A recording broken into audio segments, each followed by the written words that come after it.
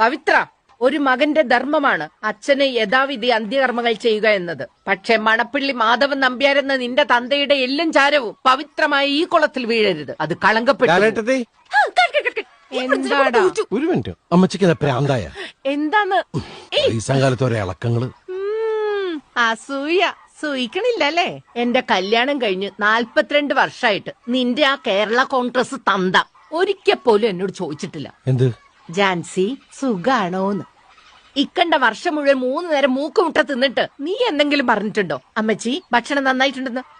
ഇതിപ്പോ New Zealand, Japan, Canada, എന്തിന് Azerbaijan വരെ എന്റെ ഡിഷ് ഉണ്ടാക്കണത് സ്ക്രീനിൽ കണ്ടിട്ട് ജാൻസേജി ഫുഡ് അടിപൊളിയാണ് കേട്ടോ, സുഖല്ലേ എന്നൊക്കെ ചോദിക്കാൻ എനിക്ക് ആളുള്ളപ്പോ ഈ ജാൻസി തുള്ളുവടാ തുള്ളു.